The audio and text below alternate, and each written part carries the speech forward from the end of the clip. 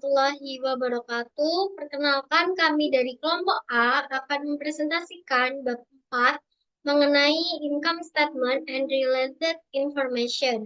Perkenalkan, nama saya Nanda Amelia Febrianti dengan NPM akhir 219.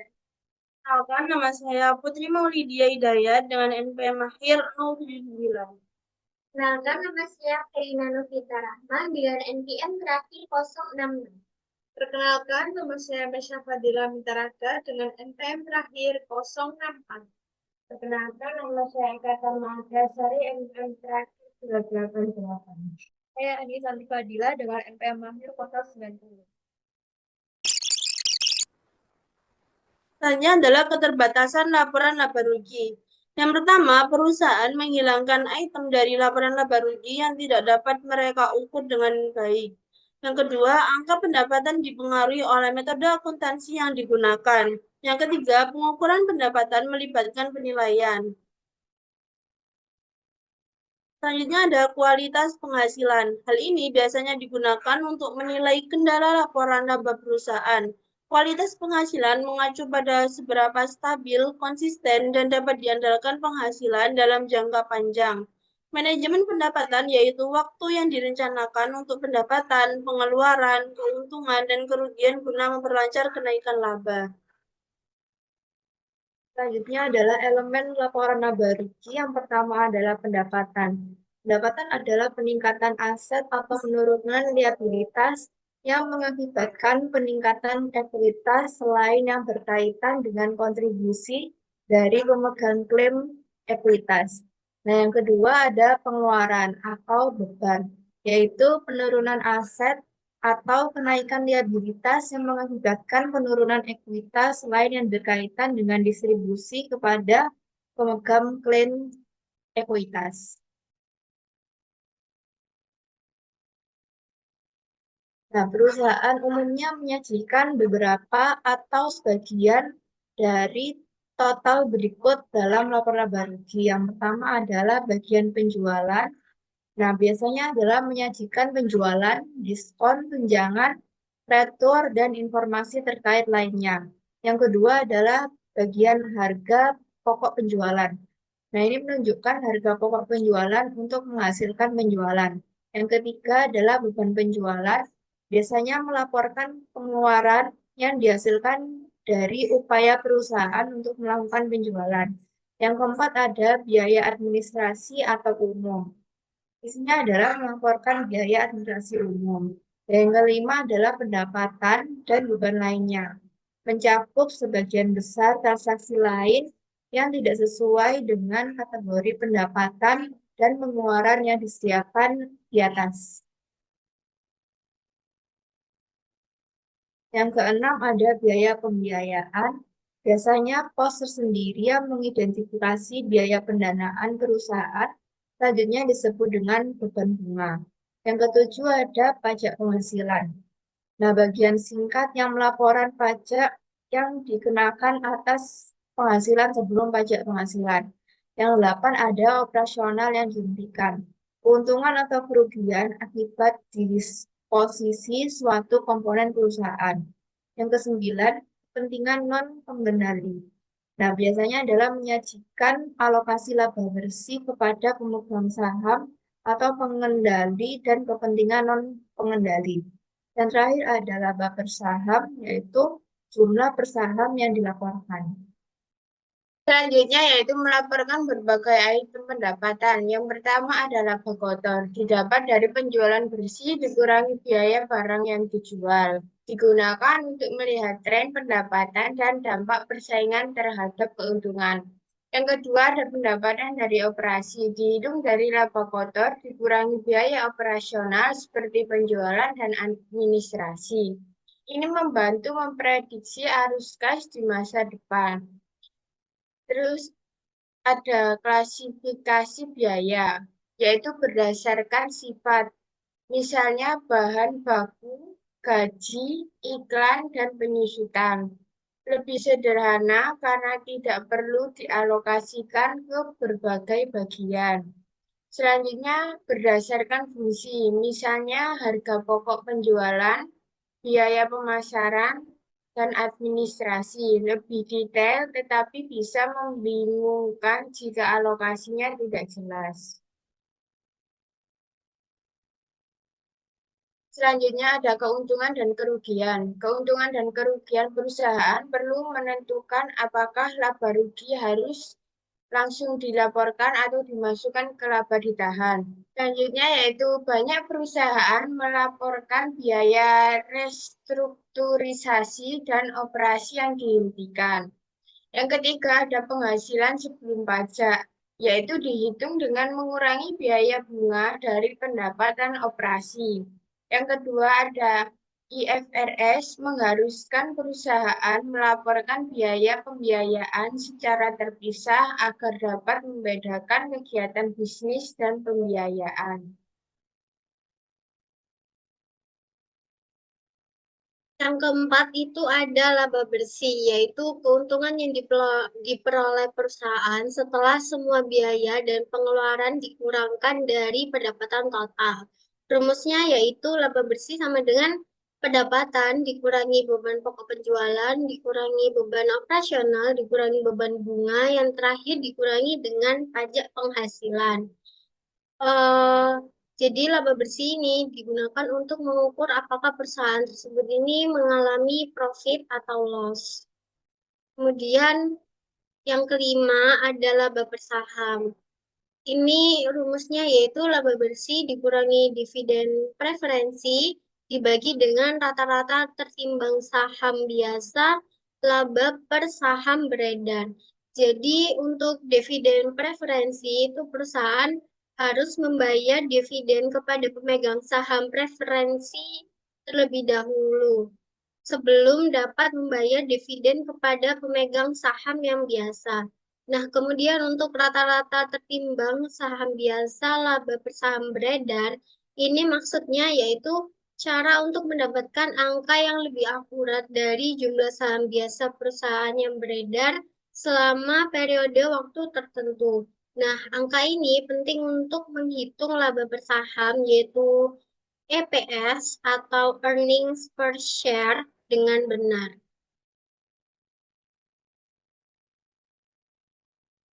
Kemudian yang keenam ada operasi yang dihentikan.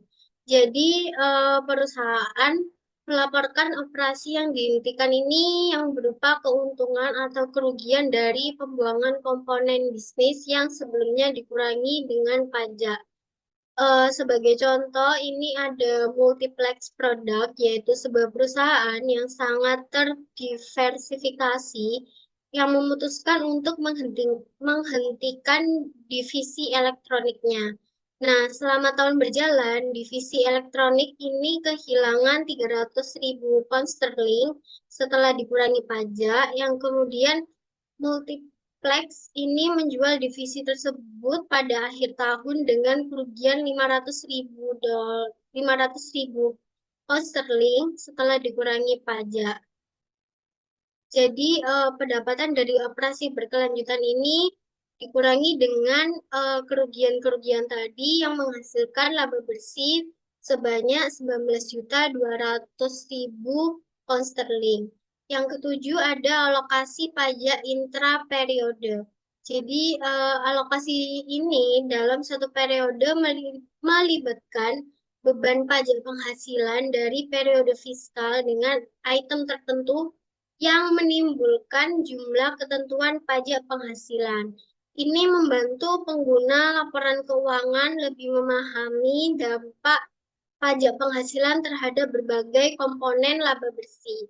Nah, perusahaan ini biasanya menggunakan alokasi pajak intraperiode pada laporan laba rugi untuk item yang pertama yaitu pendapatan dari operasi berkelanjutan, yang kedua yaitu operasi yang dihentikan.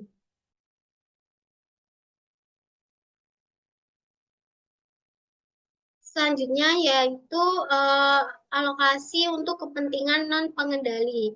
Ini bagian keuntungan dari anak perusahaan yang bukan milik perusahaan induk dan menunjukkan bahwa tidak semua keuntungan dalam laporan keuangan gabungan sepenuhnya milik perusahaan induk. Jadi, contoh sederhananya yaitu apabila ada perusahaan A yang mempunyai 70% saham perusahaan B, maka perusahaan A ini membuat laporan keuangan gabungan. Nah, keuntungan perusahaan B ini tidak semuanya milik perusahaan A, karena ada 30% saham milik milik orang lain. Nah, 30% keuntungan ini merupakan kepentingan non-pengendali.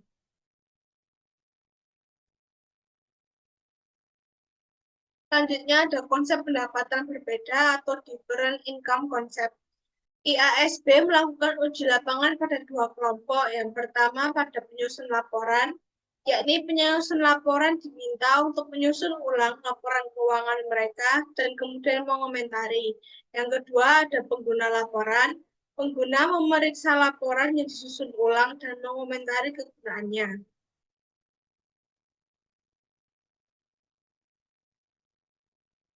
Selanjutnya, uji lapangan meminta analis untuk menunjukkan metrik kinerja utama dari laporan laba rugi perusahaan. Pilihan metrik yang tersedia termasuk laba bersih, laba sebelum pajak, EBIT, EBITDA, laba operasional, laba komprehensif, dan lainnya.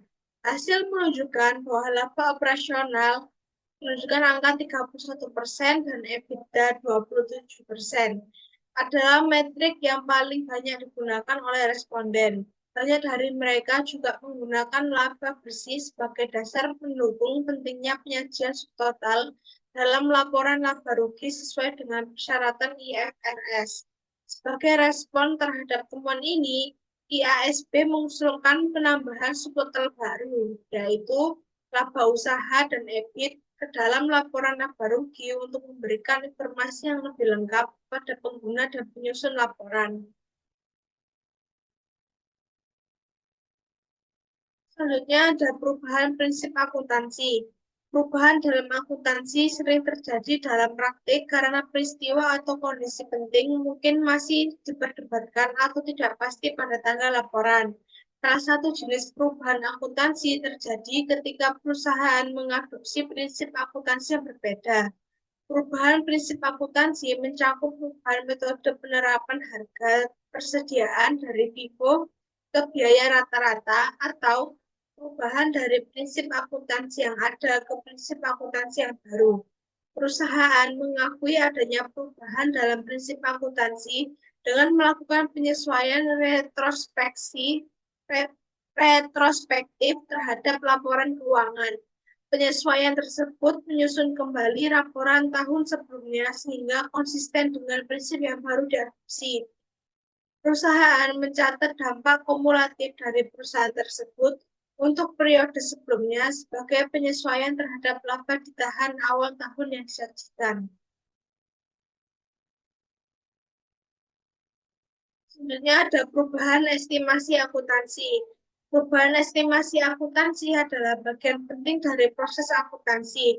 Perusahaan seringkali harus memperkirakan masa manfaat dan nilai sisa aset yang dapat diusulkan. Piutang tak terlagi, persediaan usang, dan periode manfaat dari pengeluaran tertentu. Seiring berjalannya waktu, keadaan atau munculnya informasi baru, estimasi ini mungkin perlu diubah meskipun awalnya dibuat dengan itikat baik. Perusahaan mencatat perubahan estimasi secara prospektif, artinya perubahan tersebut dicatat dalam periode di mana perubahan terjadi. Jika perubahan memengaruhi periode saat ini dan periode mendatang, maka dampaknya akan dicatat di kedua periode tersebut.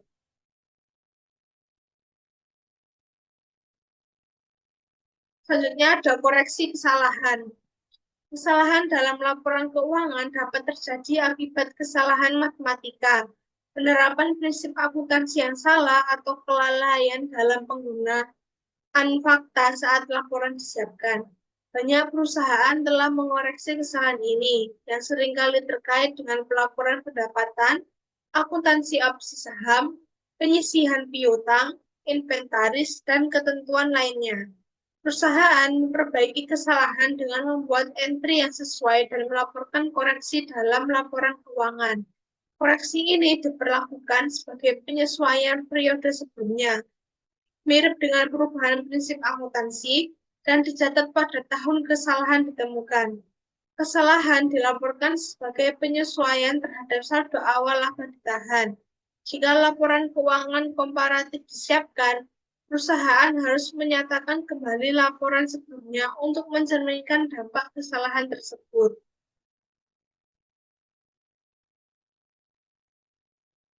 Jadi selanjutnya ada laporan laba ditahan. Laporan laba ditahan adalah laporan keuangan yang menunjukkan perubahan saldo laba ditahan perusahaan dalam periode waktu tertentu.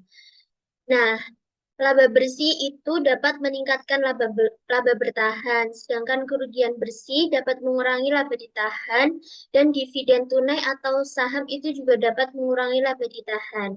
Perusahaan dapat menunjukkan informasi laba ditahan dengan menyiapkan laporan laba ditahan terpisah. Nah, rekonsiliasi saldo awal sampai akhir laporan laba ditahan tersebut menunjukkan informasi mengenai alasan aset bersih perusahaan meningkat atau menurun selama tahun tersebut.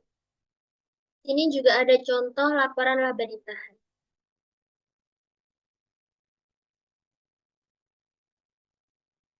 Lalu yang selanjutnya laporan laba rugi komprehensif. Laporan laba rugi komprehensif merupakan laporan yang mengukur kinerja perusahaan selama periode tertentu. Informasi tentang kinerja perusahaan digunakan untuk menilai dan memprediksi jumlah dan waktu atas ketidakpastian arus kas masa depan. Laporan laba rugi komprehensif ini mencakup semua perubahan ekuitas selama satu periode kecuali yang diakibatkan dari investasi dari pemilik dan distribusi dari pemilik. Perusahaan harus menyajikan komponen pendekatan komprehensif dengan salah satu dari dua cara tersebut. Caranya yaitu yang pertama pendekatan satu laporan dan yang kedua pendekatan dua laporan. Di sini ada pendekatan satu laporan. Dalam pendekatan ini, laba bersih tradisional adalah subtotal dengan total laba komprehensif ditampilkan sebagai total akhir.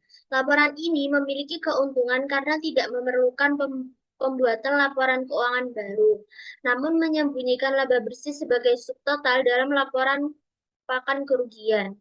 Di sini juga ada contohnya, yaitu GLSPA melaporkan informasi berikut: pendapatan penjualan sebesar 800.000, harga pokok penjualan sebesar 600.000, biaya operasional sebesar 90.000 dan biaya laba operasional yang belum direalisasikan sebesar 30.000 bersih dari pajak.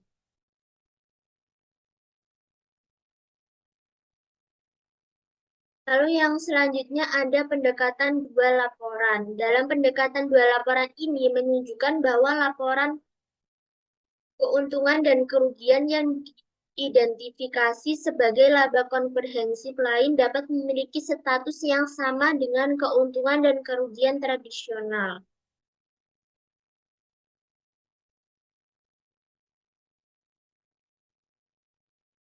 Lalu selanjutnya ada laporan perubahan ekuitas.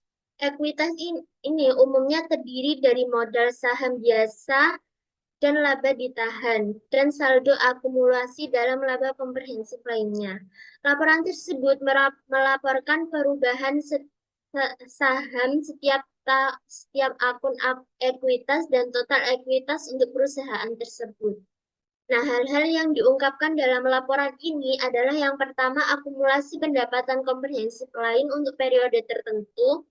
Yang kedua, kontribusi atau penerbitan saham dan distribusi atau dividen kepada pemilik. Lalu yang terakhir adalah rekonsiliasi jumlah tercatat masing-masing komponen ekuitas dari awal sampai akhir periode.